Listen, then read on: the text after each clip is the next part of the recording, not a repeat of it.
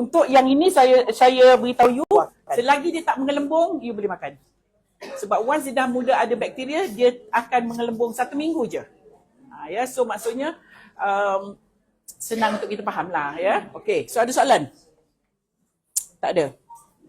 Tak ada. Tak apa yang nak bertanya? Ya? Semua ada expiry date. Nescafe? Dia kadang-kadang dalam tin, dia boleh, bawah dia tu boleh ngelembung.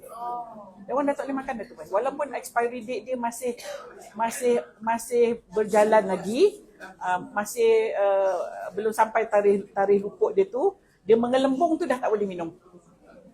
Sebab dia dah ada something gas kat dalam tu yang dia dah mengelembung. Air mineral botol tu kan dia stay cantik kan.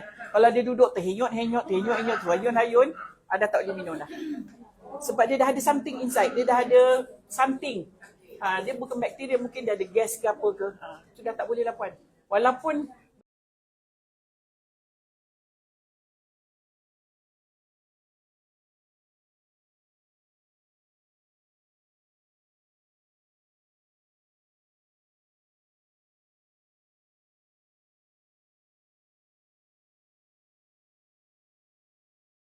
benda tu tarikh luput dia belum sampai. Mungkin penyimpanan dia ke, panas ke, sejuk ke, tu kadang-kadang buat benda-benda macam tu lah ya. Okey.